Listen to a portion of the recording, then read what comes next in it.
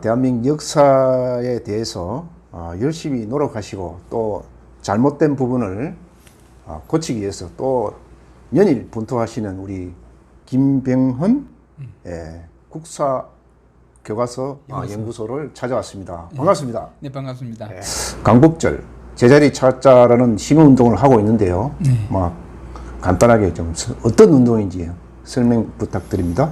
네, 광복절을 지금까지에는 1945년 8월 15일 해방이죠. 해방을 기념하는 날로 지금까지 70년 이상 경축 행사를 진행해 왔습니다. 그런데 광복절이라는 이 국경일이죠.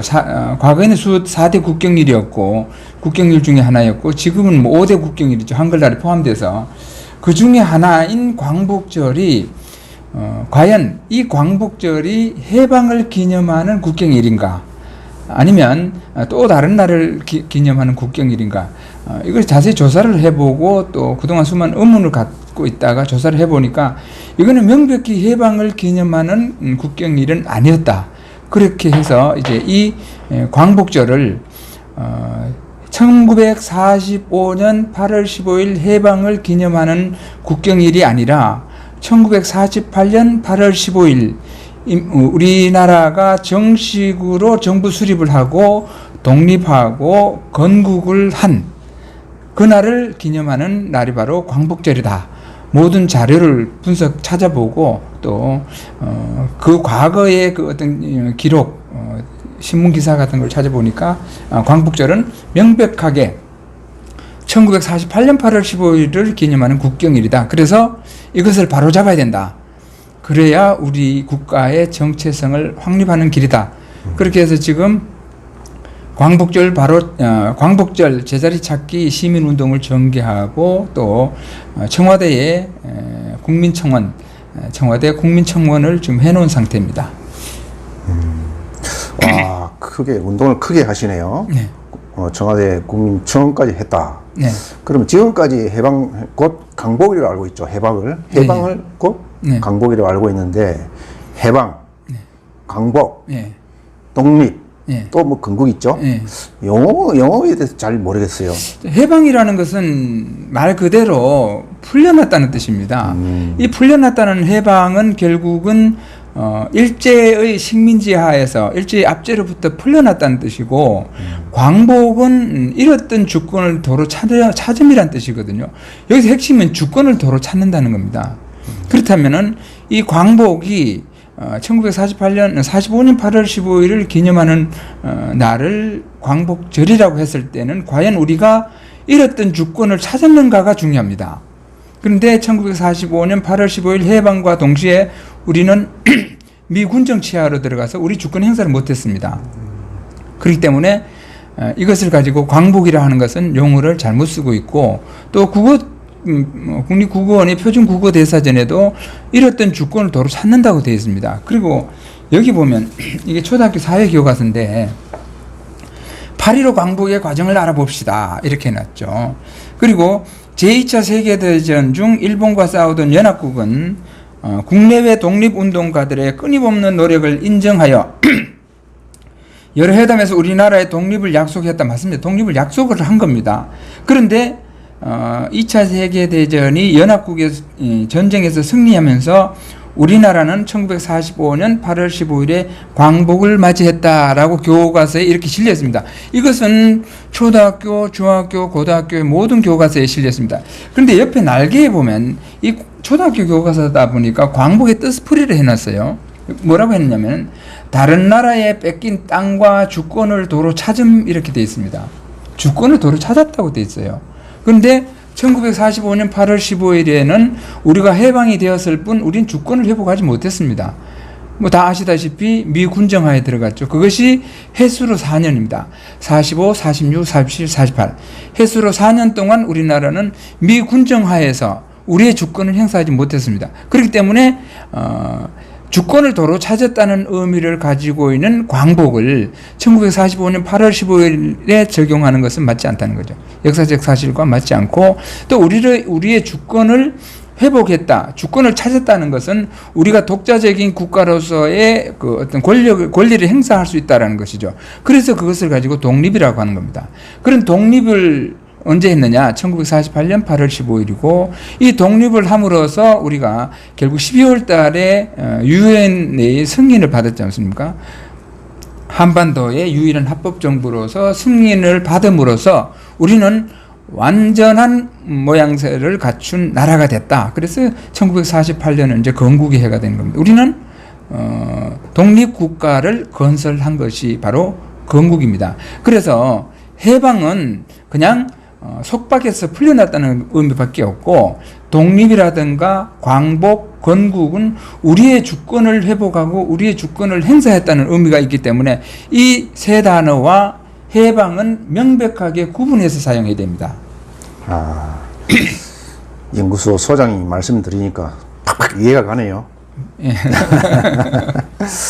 그러면은 지금 문재인이가 1919년을 건국이라고 한 것에 대해서 또 말씀 좀 해주십시오. 문재인 대통령뿐만 아니고 뭐 그 부류들이 다 건국을 1948년 건국을 부정했는데 문재인 대통령 이 좌파 정권들이 부정한 것은 1948년 건국을 부정하는 게 아니라 사실은 이승만 건국 대통령을 부정하려고 하는 거죠. 건국이랑은 무형입니다. 그런데 이승만 대통령은 유형이거든요. 이 유형의 이승만 대통령을 부정하기 위해서 1948년 8월 15일을 건국을 부정을 하다가 보니까 1919년 임시정부 출범을 건국이라고 한다. 건국으로 삼아야 된다. 한데 그건 논리적으로 그건 모순이고 이거는 한마디로 이야기하면 역사에 대한 아주 몰상식한 역사를 진짜 손톱만큼도 모르는 사람들이 그냥 무지몰각한 그런 정신으로 하는 말로 이거는 진짜 사실상 이렇게 일국의 대통령이고 장관 있는 사람들의 그 발언을 제가 솔직히 논박할 가치조차도 없는 맞장구 칠 가치조차도 없는 그런 형편인 겁니다. 만약에 1919년에 건국을 했다면은 우리는 주권을 갖고 있었다는 뜻입니다. 주권이라는 건 뭡니까? 건국이라는 건 나라를 세웠다는 뜻인데 나라를 세웠다는 것은 국가의 모습을 갖추었다는 건데 거기에는 국가의 3요소가 있어야 되지 않습니까? 국민이 있어야 되고 영토가 있어야 되고 주권이 있어야 됩니다. 국민은 뭡니까? 사람만 있으면 됩니까? 친목회가 있으면 친목회 회원 아무나 됩니까? 회비를 내야 돼요. 국민은 세금을 내야 돼요. 국가에서 그러면 국민으로부터 세금을 징수해야 됩니다. 임시정부가 국민으로부터 세금 징수했습니까? 국민당 정부의 그 지원을 가지고 계속 운영했는데 국민들로부터 공평 과세를 해서 세금을 징수할 수 있어야만이 국가고 그 다음에 영토 그냥 영토가 아니죠. 내가 영토를 수호해서 우리 국민 우리나라의 국민이라는 사람, 국민 이외의 사람들이 마음대로 와서 활동할 수 없도록 해야 되는 겁니다. 일제가 와서 우리를 속박했지 않습니까? 그게 무슨 우리 영토입니까? 영토에 대한 우리 영토 주권을 행사하지 못했어요. 그 다음에 주권이 뭡니까? 국민 주권도 행사해야죠. 그리고 중요한 것은 우리가 외교권을 행사해야 됩니다. 우리 외교권 행사할 수 없었습니다. 이런 국가의 3요소조차도 제대로 갖추지 못했고 또 이 국가의 3요소인 정부가 있어야 돼요. 그 국가의 3요소만 있어서 되는 게 아니라 이 3요소를 운영할 수 있는 정부가 있어야 됩니다. 정부라는 것은 정식 정부를 해야죠. 임시정부는 한자로 말하면 가정부입니다. 가짜 임시 가짜거든요. 가설극장, 가교 이런 가건물 언제든지 없애버릴 수 있는 겁니다. 이거는. 그러니까 임시정부는 정부가 아닙니다. 그리고 대한민국 임시정부는 더군다나 망명정부도 아니에요. 그냥 독립운동단체입니다. 여러 7개, 8개, 10개 이렇게 하는 여러 독립운동단체 중에 하나일 뿐입니다. 근데 그걸 가지고 건국이라고 했다? 이거는 정말로 몰상식하기 짝이 없죠. 그러면 건국이 했으면 뭡니까? 우리의 주권을 회복했다는 거고 우리가 독립을 했다는 건 아닙니까? 독립을 했는데 1919년 이후에 수많은 독립운동가들은 왜 독립운동을 합니까? 나라를 찾았는데 나라를 건국을 했는데 그 사람들은 만약에 1919년 건국해서 우리의 주권을 행사할 수 있는 나라였다면 그 사람들은 국가 전복 세력이에요. 독립운동한 사람들은 국가 전복 세력입니다. 그리고 분리주의자입니다. 왜? 나라가 있는데 또 뭘 독립을 한다? 분리주의자죠. 분리주의자가 아니면 이 나라 뒤엎을 국가 전복 세력이죠. 백본김구가 국가 전복 세력입니까? 조수왕이니 수많은 독립운동가들, 박은식이니 많지 않습니까? 그 사람들 다 국가 전복 세력입니까? 말이 앞뒤가 안 맞는 이야기라는 거죠. 그러니까 1919년 건국을 했다가 보니까 나중에 북한에서 우리는 3.1 운동을 인정하지 않는다. 그러니까 건국 마냥 쑥 들어가 버리고. 제가 2017년도에 건국에 대해서 숱하게 이야기하면서 문재인은 2018년도에 2019년도에 건국 100주년 행사를 못할 것이라고 장담을 했었죠. 결국 못했어요. 왜? 못한 게 천만다행이죠. 만약에 문재인이 2019년에 건국 100주년 행사했다면 길이 두고 5점으로 남았을 겁니다. 아마 못한 게 천만다행일 겁니다. 이해되시나요? 예.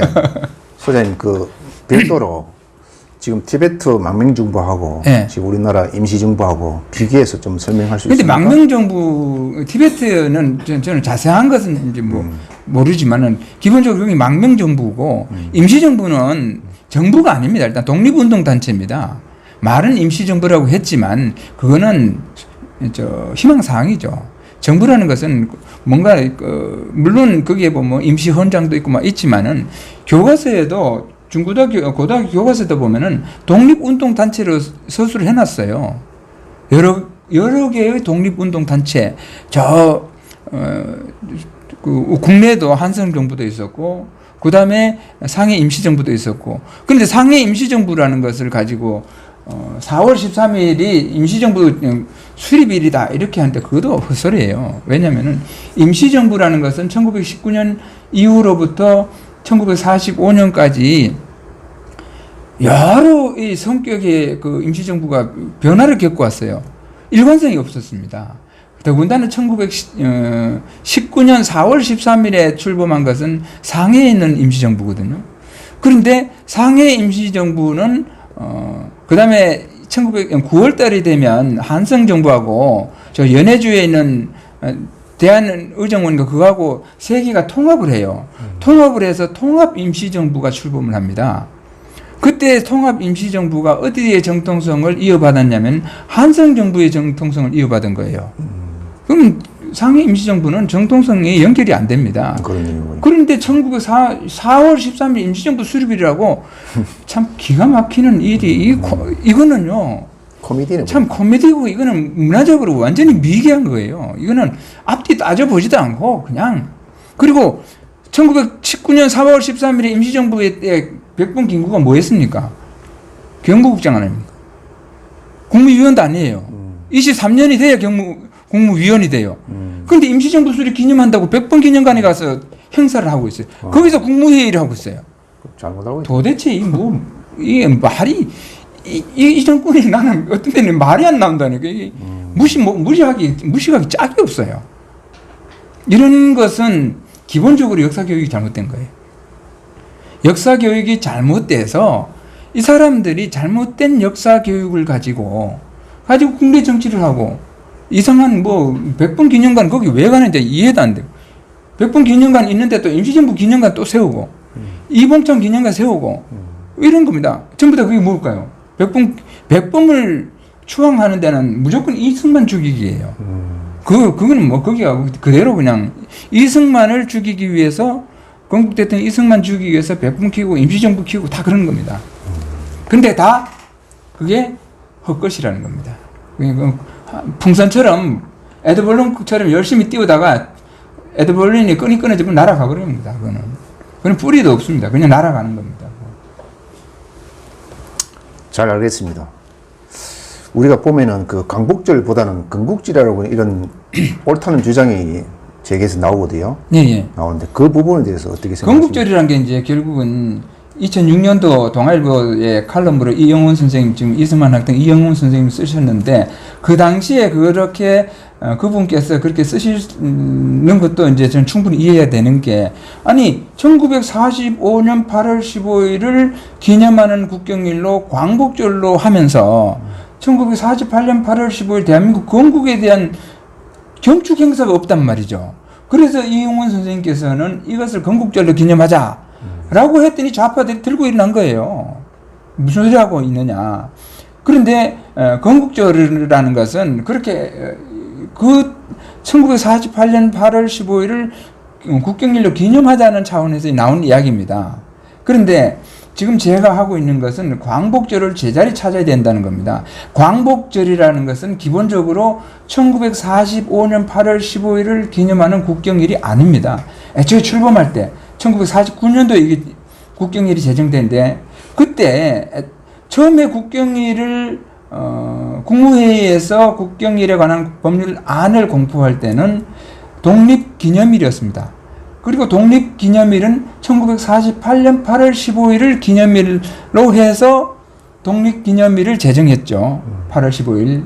그리고 이것이 이제 국회에서 심의 과정에서 독립기념일, 그 다음에 제헌절을 원래는 헌법 공포일, 공포기념일 이렇게 해놓으니까 3.1절, 개천절, 독립기념일, 그 다음에 헌법 공포 기념일 이렇게 하니까 글자 수가 안 맞으니까 좀 이게 통일성이 필요하다. 그래서 세 글자로 줄인 것이 바로 독립기념일은 광복절, 헌법 공포 기념일은 제헌절 이렇게 줄인 거예요. 근데 제헌절도 엄격히 따지면 좀 안 맞는 말이거든요. 제헌이라는 것은 헌법을 제정했다는 거기 때문에 헌법 제정과 공포는 3, 4일 차이가 있잖아요. 그런데도 그냥 제헌절로 간 거예요. 그리고 광복절은 명백하게 1948년 8월 15일을 기념하는 날입니다. 그렇기 때문에 이것이 지금 1945년 해방을 기념하는 일로 광복절로 국경일을 광복절로 하는 것은 명백하게 오류죠.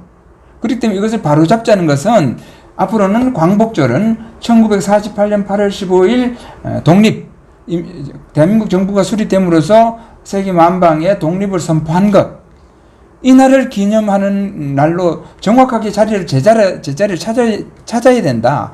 이런 취지입니다. 그렇게 되면 원래 만약에 2019년이면은 원래는 1945년을 기념하는 것은 해방 기념일입니다. 옛날에 해방 기념가도 있었고 또 광복이라는 말 애초에 쓰지도 않았습니다. 그러면은 원래는 어떻게 되느냐? 2019년 8월 15일은 제74돌 해방기념일, 제71돌 광복절이 되는 겁니다. 그리고 그 다음에 건국절은 광복절을 제자리에 잡아놓고 그 다음에 이 광복절이라는 명칭이 학자들이라든가 이런 사람들이 문제가 있다라고 문제 제기가 되고 또 논의가 진행될 때 건국절로 할 것인지 독립기념일로 할 것인지 그건 그때 논의할 문제지 지금은 급선무는 광복절의 제자리를 찾는 겁니다. 여기에 건국절 가지고 들고 나와서 이야기해버리면 이건 초점이 흐려져 버립니다. 그렇기 때문에 1945년을 기념하는 것을 1948년 기념하는 광복절은 1948년 8월 15일을 기념하는 날이다. 이렇게 명확하게 개념을 가지고 가야 됩니다. 여기에 건국절이 끼어들면 그거는 또 건국절이라는 것은 명칭 변경의 문제거든요. 그것은 이것은 또 국무회의를 통과해야 되고 또 국회를 통과해야 됩니다. 국경일에 관한 법률이기 때문에. 그렇기 때문에 그거는 우리 연구소에서 할 일이 아닙니다. 그거는 정부 쪽에서 또는 정치인들이 할 일이지 우리가 할 수 있는 것은 학술적으로 역사적 사실로서 안 맞는 것을 바르게 하라. 이것은 틀렸다라고 우리가 가르쳐 주면서 이건 바르게 해야 된다라고 제시하는 것이지 우리의 영역을 벗어나는 국경일의 명칭을 만약에 제헌절이 안 맞다.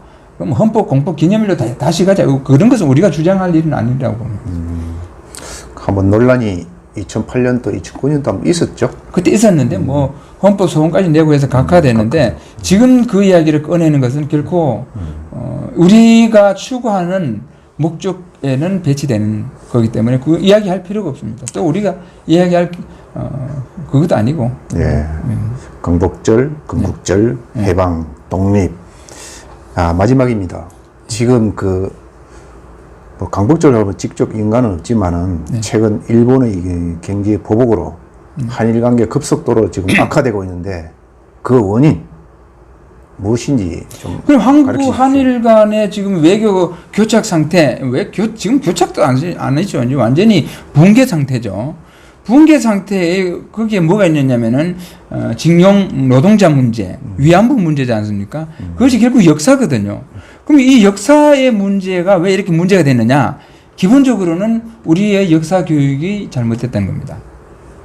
우리는 지금까지 반일 민족주의, 반일 종족주의라고 해서 역사 교육을 기본적으로 반일 감정을 조장하고 대일 적개심을 키우는 교육을 해왔어요.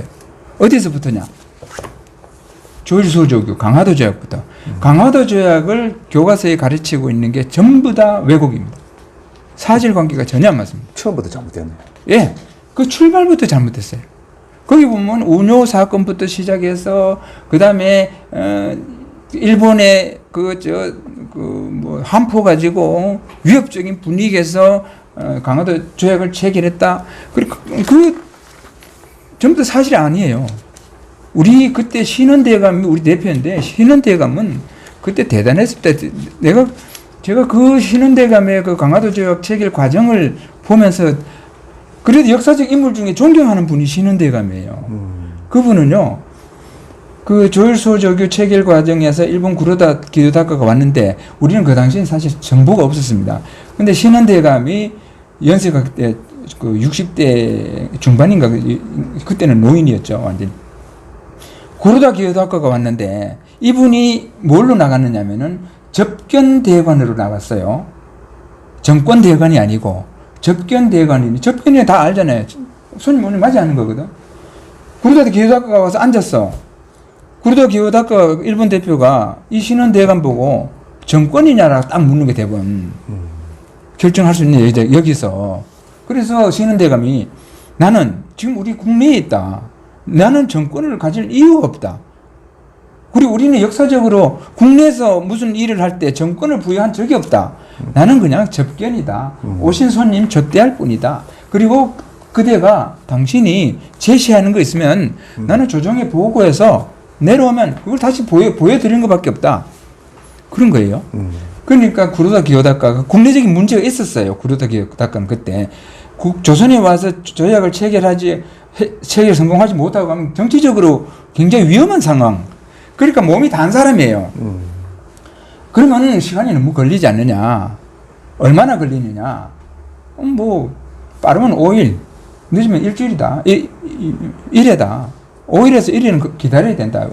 여기서 우리가 뭐 해서 보내면은 조정해서 검토해야 되고 또 내려오고 하면은 5에서 1일은 걸린다.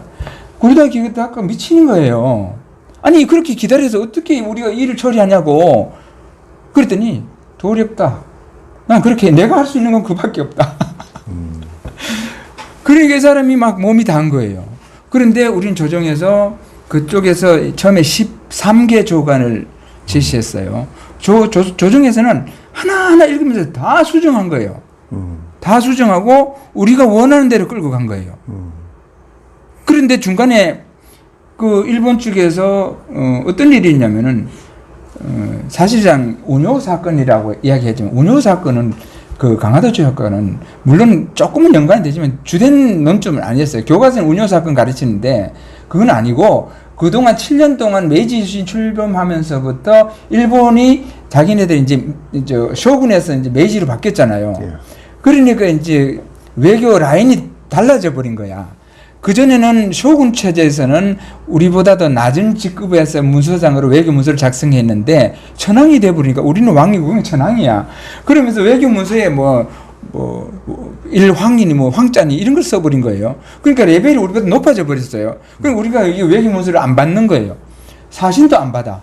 그러니까 일본에서는 막 거기서 돌아보는 거 이럴 수가 있느냐. 우리를 무시하는 거다. 그러면서 그 말하는 정한론인 이런 이야기 나와요. 그게 7년이에요.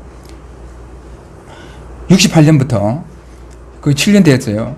그런데 그동안에 7년 동안의 외교 교착 상태에 대해서 이 구로다 기요다카가 뭐라냐면은 회오, 니우칠 해자, 깨우칠 오자, 회오 두 글자. 요즘으로 하다면은 외교상 유감 표시예요.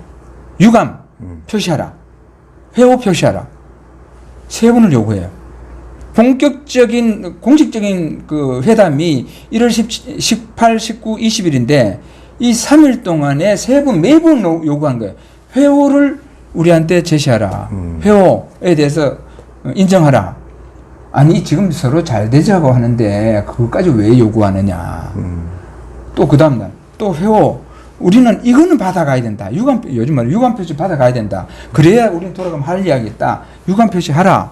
그랬더니 우리가 동방 예의주국인데 지금 그런 걸 갖고 우리를 다 거칠 일이 아니다. 우리 앞으로에만 이야기하자. 그렇게 해서 3일 동안 그 이야기 하는 거예요. 결국 못 받아갔어요. 그러다 기어다가가. 그리고 중간에 또 무슨 일이 있냐면은 그 모리야마 시게루라고 그 대표 중에 그 상당히 높은 직급인 모리야마 시게루가 시비를 건 거예요. 이놈이 중간에서 좀 얍삽한 사람이야. 이 사람이 뭘 갖고 시비 거냐면은 이제 외교 문서에는 결국 도장을 찍어야 될 거 아니에요. 도장 찍는데 그냥 찍는 게 아니잖아. 무슨 누구 대표 누구 하고 서명하고 날인할 거 아니에요. 근데 우리는 국왕의 대조선국 주상지보라는 도장만 꽝 찍고 이름을 안 쓴 거야. 그러니까 일본에서 이게 국제적인 국제법에 따라 이루어진 조약에 이름을 안 쓴다는 게 있을 수 없는 일이에요. 그러니까 일본 구르다 기요다카하고 구르다 기요다카는 뭐 대표니까 한두 마디 하지만 밑에 있는 사람이 밤에 만나가지고 도장 안 찍으면 안 된다고 막 결국은 이제 1월 26일인가 그때 협상 결렬까지 가버렸어요. 우리는 더 이상 이야기 못한다. 그러면서 구르다 기요다카가 나는 간다. 그러면 본선에 오른다고 가버렸어요. 그때 거기에 게트링포가 내문이 전시돼 있는데 그게 우리나라를 조선국을 막 협박하고 공포 분위기 조성하고 그거 갖고 싸갖고 협박해서 조약을 체결했다. 천만의 말씀. 구르다 기요다카가 그건 전시용이고 간다고 협박 그냥 해놓고는 정작 배에는 안 오르고 그 대표도 숙소 뒤에 숨어갖고 지휘를 한 거예요. 구르다 기요다카가. 그런데 이름을 왜 안 쓰냐?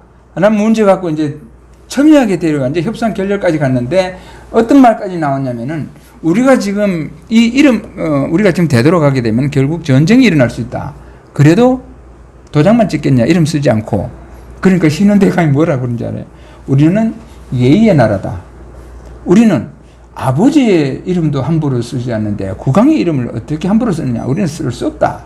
그리고 우리가 그러한 예를 무너뜨리는 것은 우리가 예를 무너뜨리면 나라가 망하는 것과 똑같다. 너희들이 쳐들어오고 안 들어오고 문제가 아니라 우리는 예가 무너지는 순간 나라가 무너진다. 못 쓴다. 결국 못 썼어요. 결국 안 썼어요. 이름 안 썼어요. 그렇게 간 거예요. 그리고 나중에 결국은 이제 체결돼 가지고 2월 2일 날 서명하고 2월 3일 날 체결하고 구르다 기요다카는요 체결하자마자 갔어요. 막 일이 성사돼 버리니까 너무 좋아가지고 바로 가버린 거예요. 그런데 이러한 과정, 그 다음에 13개 조간이 12개 조간으로 체결된데 12개 조간의 내용을 지금 불평등 조약이라고 좀 가르쳐요. 교과서마다. 이거는 강화도 조약은 기본적으로 통상조약입니다.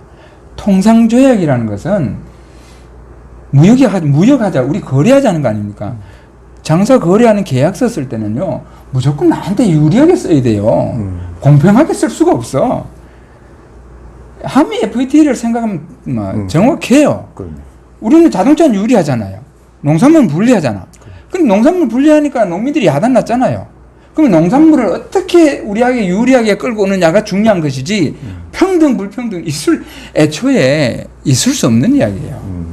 그리고 그 12개 조간을 보면 불평등이니 평등이 그런 거 없어요. 또 평등하다 불평등하다 그건 누가 판단합니까? 누가 판단하죠? 우리가 판단합니까? 일본이 판단합니까? 있을 수 없는 일이에요.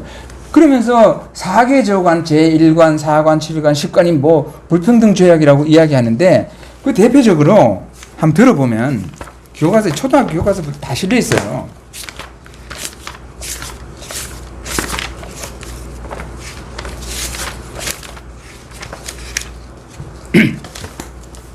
강화도 조약 일부, 조선은 자주적인 나라로 일본과 평등한 권리가 있다.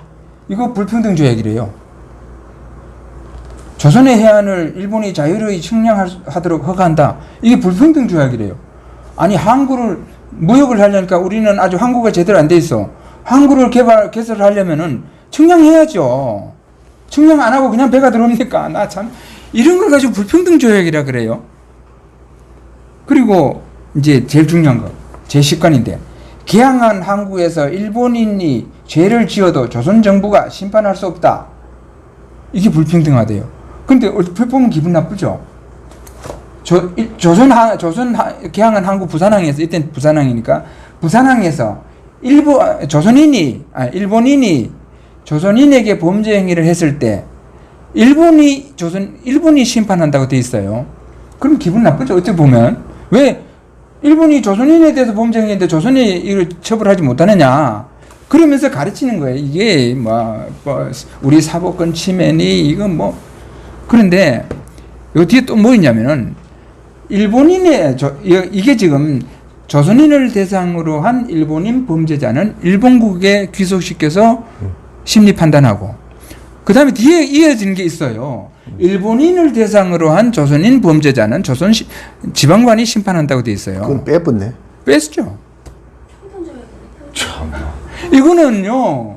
그럼 재판 관할권이에요. 그럼 그걸 자세하게 써놓으면 되잖아. 근데 그거는 빼부르고. 모든 교과서에 다 빠져 있어요. 그러니까 불평등이라 하지. 이게 왜곡이에요. 이거 왜곡이네. 예. 그렇다면은 이걸 가지고 또 치해법권이래.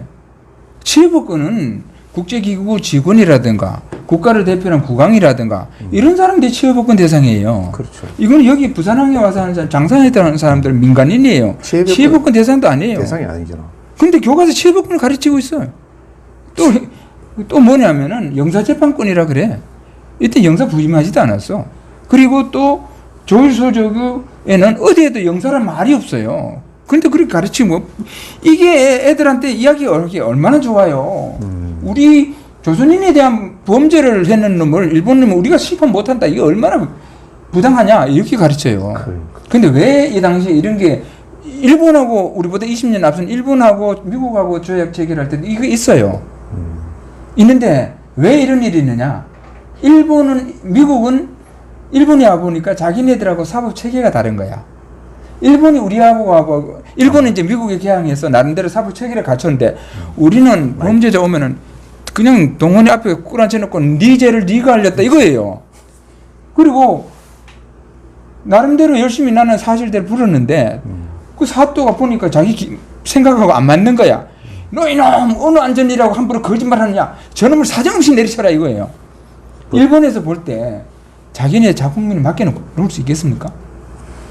맡겨놓을 수 없는 거예요. 그러니까 우리 국민은 우리가 알아서 할 테니까 너희들 국민은 항구에서만큼은 항구에서 상대국 국민에게 범죄 행위했던 그 부분에 대해서만큼은 우리가 너희들이 알아서 해라. 지금도 마찬가지예요. 지금도 우리가 저 후진국의 아랍권에 가서 뭐 물건 훔쳤다고 손목 잘라버리고 그러면 우리 조약을 체결할 때 우리가 우리 자국민을 맡겨놓을 수 있습니까? 그럼 우리는 거기에 대한 대응을 해야죠. 우리 국민은 우리가 알아서 할 테니까 너희 국민 너희들이 알아라. 술 먹었다고 해서 사형시켜. 우리는 어쨌든 술 먹을 수 있는데 그럼 우리 국민을 그 나라의 법에 그대로 다 맡겨놓을 수가 없는 거예요. 그럼 이것이 또 미국과 이제 82년도 되면 미국하고 이제 조약을 체결할 때 또 이게 들어가요. 들어가는데 미국은 이 부분은 똑같아. 근데 미국이 좀 더 자세하고 내용이 많아. 근데 미국엔 추가된 게 있어요. 뒷부분에. 뭐라 되냐. 조선의 법률이 미국에서 봤을 때 미국의 법과 거의 대등하다고 판단할 때는 재판 관할권을 조선지방관에게 넘겨주겠다. 이 돼 있어요. 좀 민주적으로 나오네. 그렇게 돼 있어요. 그렇다면 이거는 공평하죠. 그렇죠. 공평하죠. 그런데 이거를 뒤에 빼버린 거예요. 길동이하고 길산이하고 싸워. 길동이가 길산이를 때려서 코피가 터졌어.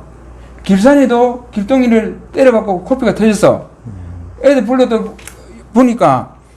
놓고 들어보니까 이제 둘 다 공병 패고 둘 다 코피가 터졌어. 정교조 교사가 교장 선생님한테 보고할 때 길동이가 길산이를 때려서 코피 터졌습니다. 이것만 보고 간 거예요. 그러면은 누구예요? 길동이만 학폭위로 이제 해부가 되겠죠? 이게 지금 그런 식으로 가르치고 있어요. 이게 여기뿐만 아니라 뒤에 가면요 말도 안 되는 이야기들이 초등학교 교과서가 저런데 아니 이건 여기도 다 해요. 중고 올라갈수록 다 똑같아요. 그 논조로 그러시고요. 아 똑같아요. 예. 이런 식으로 역사 왜곡이 나중에 가면 조선의 쌀을 빼앗아갔다, 약탈해갔다. 어떻게 빼앗아? 그때는 완전히 자유시장 경제인데. 그리고 쌀을 빼앗아 간다는 것은 그 당시에는 쌀은 한 집안의 생명이에요. 온 집안이 그 쌀에 의존해서 살고 있는데 생명인데 내 생명을 빼앗아가? 가만 안 두죠. 시골에서는요.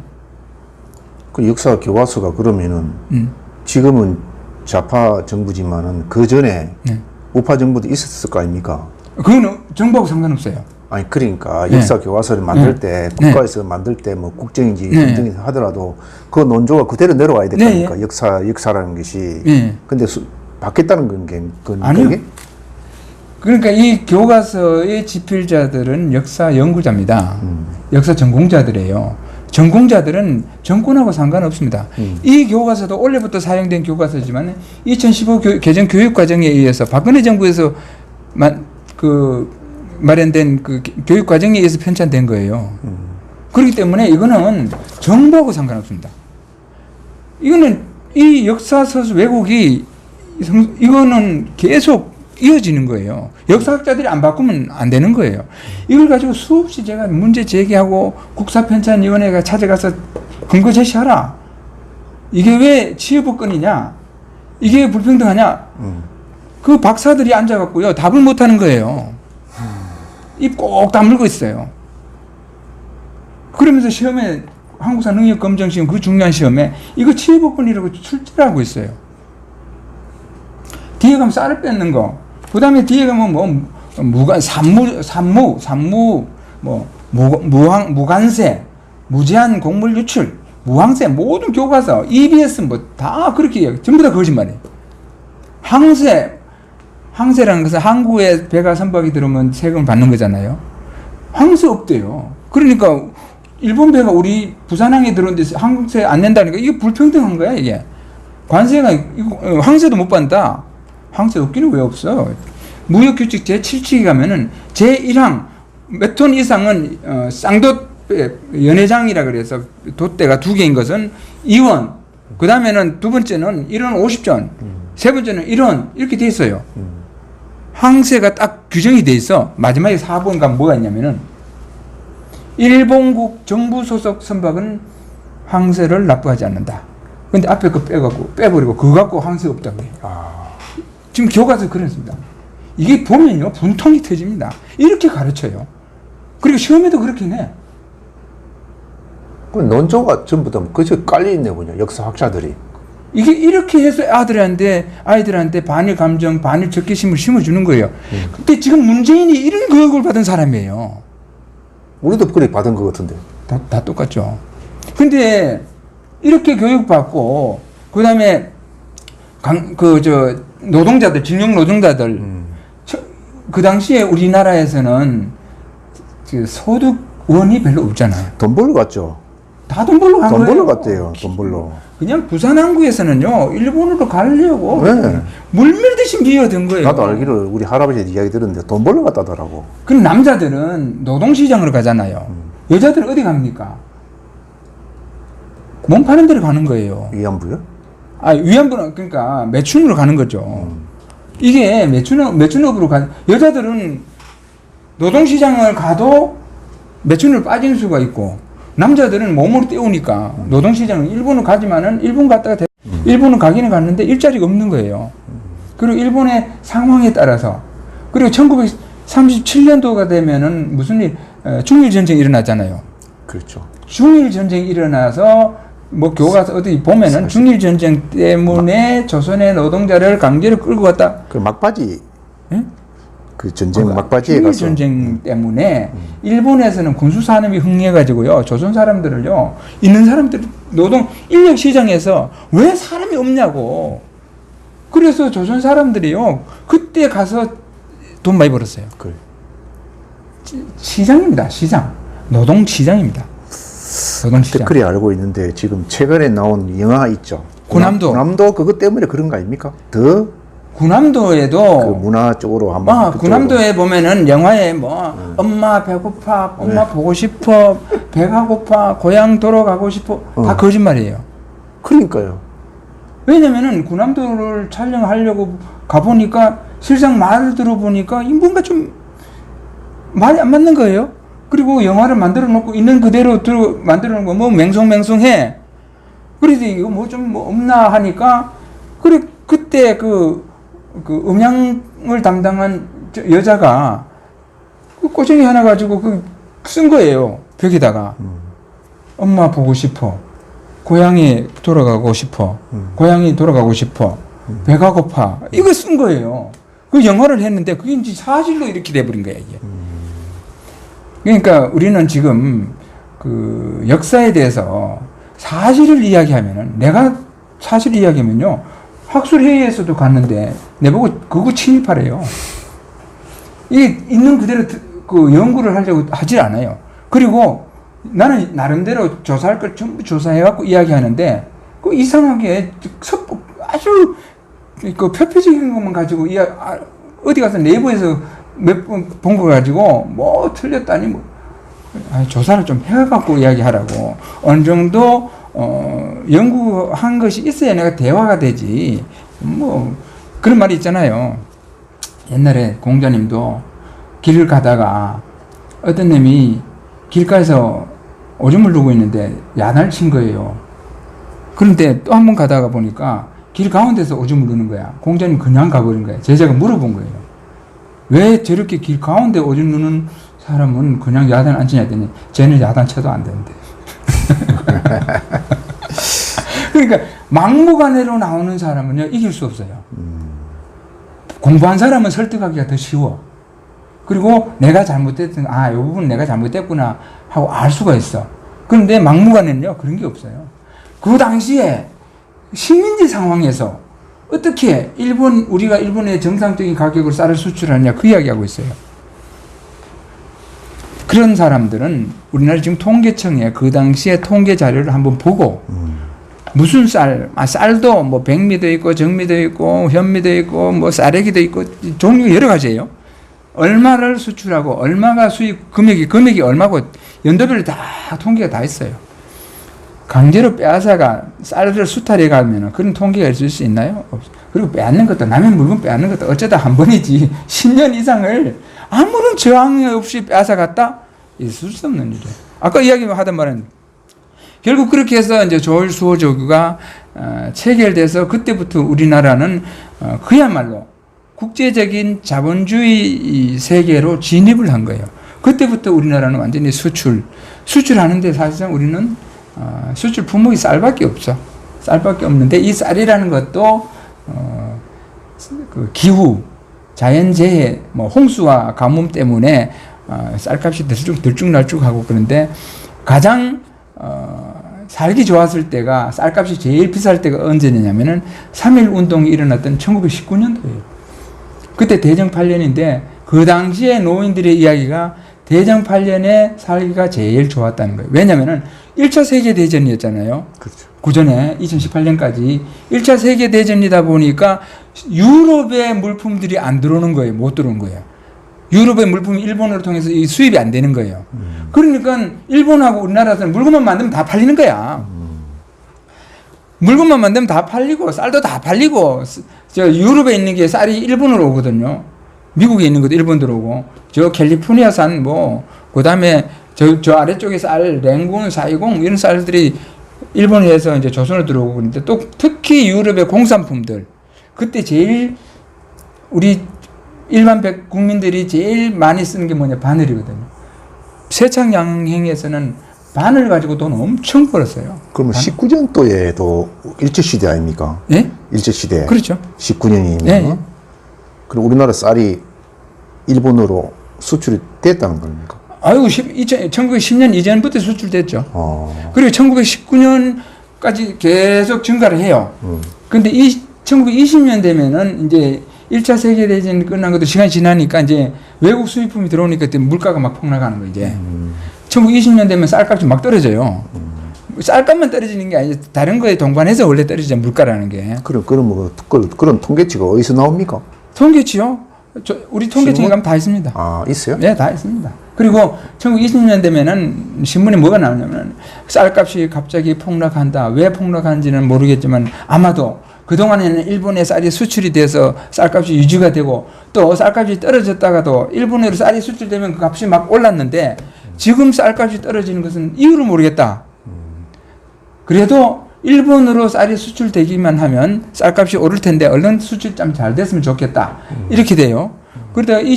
그러다가 21년인가 그때 되면은 여주의 자체쌀이 일본 오사카로 이제 수출이 돼요. 수출해서 1919년도에 쌀값이 50원이 넘었어요. 한 섬에. 지금 이제 느낌이 안 오죠. 한 섬에 53원 막 이렇게 했는데 여주 자체 쌀값이 폭락하면서 일본은 수출 잘하는 데다가 1922년인가 여주 자체 쌀이라고 해서 진상품이에요. 그때 오사카하고 고베하고 수출됐다고 신문이 나온 거예요. 쌀 드디어 수출됐다고 일본에. 그때 35원이에요. 정주영 회장이 옛날 어릴 때 쌀 장사한 거 모르죠? 예? 누구요? 정주영 현대건설. 그 당시에는 쌀 장사 했으면요. 쌀 장사는 두 가지가 있죠. 하나는 현물 장사, 현물 거래. 또 하나는 주식처럼 선물 거래가 있어요. 선물 거래는 완전히 투기였어요. 그 일제시대 때에 2대 투기 종목이 하나는 주식이고 하나는 투기였어요. 쌀이었어요. 기미 시장이라 그래. 기미 시장에서 선물 거래하는 거예요. 그러니까 이 쌀이 이제 일본에서 계속 수출되다가 어떤 데는 수출이 많이 되다가 어떤 데 안 되다가 하는데 1930년이 되면은 일본이든 조선이든 유령 풍년이 돼버린 거예요. 풍년이 되면 어떻게 되겠어요? 폭락하겠다. 폭락하죠. 떨어지겠다, 값이. 그때 1919년도에 53원에서 55원까지 기미시장에서 소매시장에서 60원이 넘지 한 섬에 기미시장에서 53원, 55원, 50원 웃돌던 쌀값이 1930년 말 31년 초 그때는 얼마까지 떨어지냐면 16원까지 떨어져 버린 거예요. 반이 폭락했네. 반 이상이죠. 50몇 원에서 10몇 원. 그러니까 조선에서는 풍작 공포, 풍년기근, 풍년 공포 이런 식의 말이 떠들어왔고요. 그때 조선 백성들이 너무 힘들어요. 그때 조선에 무슨 많은 그 쌀이 이제 쌀 농사 안 되니까. 잉여미가 수출 안 된 잉여미 농민들의 손은 떠났고 떠나도 뭐 이거는 뭐 쌀값도 아니고 그 잉여미가 있는데 농민들이 뭐 일본은 수출 안 되면 농민들이 쌀을 잘 먹고 잘 살 거 아니냐? 그건 진짜 무지한 이야기예요. 아니 인삼 농사 짓는 사람이 인삼값 떨어지면 인삼 그거 다 먹나? 그래서 자동차를 우리가 일본으로 외국에 우리 자동차를 만들면 많이 팔아야 되거든. 안 팔면 우리 국민들이 자동차를 그걸 타나요? 3000cc, 4000cc.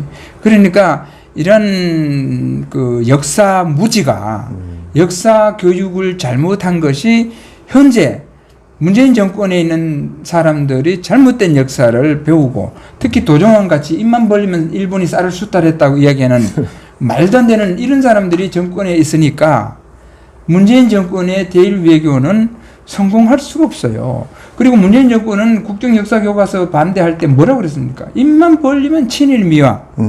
친일을 잘못됐다고 계속 이야기한 거예요. 그렇게 떠들어버리고 있는 상황에서 아베의 역사 왜곡과 박근혜의 역사 왜곡이 똑같다 이런 식으로 이야기했으니까 일본에서 그거 다 보고 있을 거 아닙니까? 그리고 이런 사람 문재인의 뇌리에 이런 반일 감정이 자리 잡고 있는 상황에서는 절대 외교는 성공할 수 없다. 이거는 뭐 전에부터 난 계속 이야기해요.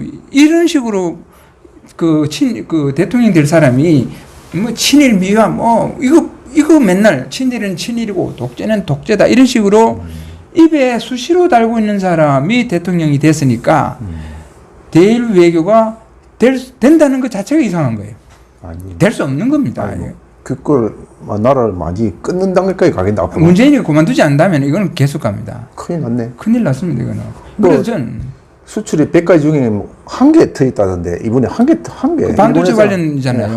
한 품목 이제 끝났다더라고. 앞으로 더 강하게 논다는 일본에서. 그런데 일본은 그렇게 했을 때 일본 기업에도 이제 어떤 영향이 있겠지만 그런 거 다 감수하고 하는 거예요. 그런데 일본은 감정이 상한 겁니다. 그렇죠. 위안부에 대해서도 수없이 사과하고 그런데 우리는 애들 교육 가서 일본에서 이거 다 보고 있어요. 그 사람도 그냥 이런 책 끝에 보는 거요. 유리알 들여다보시 다 보고 있습니다. 어떻게 가르치고 있는지 말을 안 할 뿐이에요. 말하면 그냥 괜히 외교 마찰이 생기니까. 그리고 막무가내를 하는 사람도 이길 수가 없거든. 그런데 지금 이런 것을 보면 문재인 정권은 절대 대일 외교는 해소될 방법이 없고 해소할 수 있는 방법은 일단 기본적으로 역사 문제잖아요. 한일 관계는. 그럼 역사 교육부터 조일 수호 조교 강화도 조약부터 전부 다 다시 제대로 가르쳐야 돼요. 제대로 이것을 우리가 만약에 역사부터 교육이 잘못됐다. 이것부터 바로 잡자. 그러면 일본이 호의적으로 나올 수 있을 거예요. 혹시 소장님 그 용산역 앞에 가면은 예. 직영자 상이 있어요. 예. 그 상이 보면은 예. 사람 많이 다니는데 보면은 그 직영한 부분이 키가 한 1m 60쯤 되는 어르신이 그 뼈가 이 양쪽 뼈가 막 으스러지게 나오고 이렇게 다 있는데 그 상을 진짜 직영자가 가가지고 고생하면서 이렇게 한 것인지 아니면 선동하기 위해서 해놓은 것인지. 그 용산의 직영자상은 직영이라는 것은 법적인 근거를 가지고 동원을 한 거 아닙니까? 우리가 징병이라고 있잖아요. 징병은 안 가면 안 되잖아. 그러지만 가더라도 요즘에는 우리 애가 지금 일병인데 30몇만 원 받는데요, 한 달에. 야, 너 내보다 돈 더 많이 번다. 우리가 징용을 갔지만은 월급을 받는 거예요. 노예가 아니에요. 무조건 끌고 가는 거 아니라. 그 상이 우리나라 사람입니까? 한인입니까? 일본 사람? 요겁니다, 요거. 일본 사람입니까? 네. 여기 그림, 사진. 이 밑에 거. 요거, 여기. 아, 위에 거. 이게 뭐냐면은, 여기 보면은 강제 노역에 동원된 우리 민족이라고 했잖아요. 이 지필자는 그 국어 실력도 없어요. 민족이 강제 노역에 동원되는 민족이? 강제 노역에, 말을 제대로 쓰려면 강제 노역에 동원된 우리 백성, 조선인, 이렇게 써야지. 근데 여기에 있는 사진은 조선 사람 아니에요. 일본 사람이에요.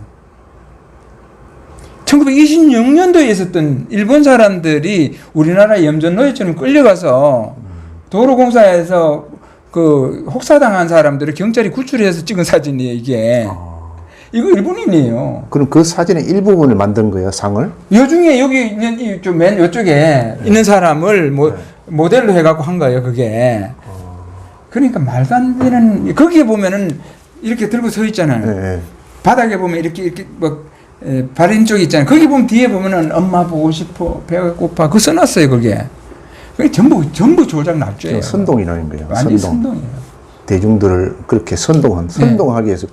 그것도 있고, 전국 각지에 여러 군데 있어요. 일본 영사관 앞에 뭡니까? 그것도 하나, 초량인가? 그것도 하나 있는 것 같던데. 초량이 이제, 대표적인 자리가 초량이 이제 일본 외관이 있었던 데라 보니까 그런데 결국은 지금 제가 이 연구를 이런 거 살펴보면서 느낀 거는 기본적으로 전에부터 계속 저는 이야기했어요. 한일 관계는 교착 상태를 벗어날 수 없다. 왜? 우리가 역사를 왜곡 날조해서 가르치는 이 상황에서 우리가 반일 감정을 키우고 반일 적개심을 키우는 상황에서는 한일 관계에는 절대 호전되지 않는다. 그리고 그 잘못된 역사 교육을 받은 사람이 누구냐? 정치 지도자라면 현재 우파도 많아요. 우파도 잘못된 인식을 갖고 있는 사람 엄청 많아. 왜? 학교에서 이렇게 가르치는데 큰일 나네. 전부 똑같이 그렇게 배우는데. 그런데 내가 이야기하면요, 내보고 식민지 시대고 일제 시대인데 그게 말이 되느냐 이런 식이에요. 논리적인 거는 생각도 안 해. 우파도 그래요. 그래서 우리가 한일 관계를 호전시키기 위해서는 아까 반복되는데 지금의 역사 문제 때문에 한일 관계가 계속 이렇게 꼬이는데 그것을 해결할 수 있는 방법은 결국은 강화도 조약부터 정확하게 가르쳐야 된다. 거기에 보면 게틀링포가 있는데 게틀링포 내문이 있는데 드르륵 돌아가면서 발사돼야 되는 거. 중간에 외교 교착 상태가 됐을 때 일본 대표가 뭐라 했냐면은 일본의 노리야마 시게루가 뭐라 했냐면은 그때 노리야마 시게루가 아니고 하여튼 그 수행원 중 한 사람이 이번에 구르다 기요다카 지금 배를 타고 간다 그러고 이것만 잘 됐으면 저 게틀링포 다 주고 가려고 했더니 신품이에요. 완전 신무기. 저거 탐나지 않냐 이거지. 저거 다 주고 가려고 그랬다. 그랬는데 이제 2월 3일 날 조인식을 하고 떠나면서 게틀링포 4문 중에 한 문을 줘. 한 문을 주면서 실탄을 2,000발을 줘요. 그것도 게틀링포를 끄는 차도 줘. 그리고 사격을 어떻게 하는지 가르쳐줘요. 그리고 그때 우리가 게틀링포 하나 받았어요. 그때 받은 게 그것뿐만 아니고 선물 엄청 받았지. 그 목록이 다 있어요, 지금. 그때 선물 받은 신원대감에게 주는 선물, 그 다음에 그 밑에 있는 수행원들한테 일일이 맨 하급에 있는 사람까지 선물 다 주고 가요, 일본이. 그 선물 목록이 다 있어요.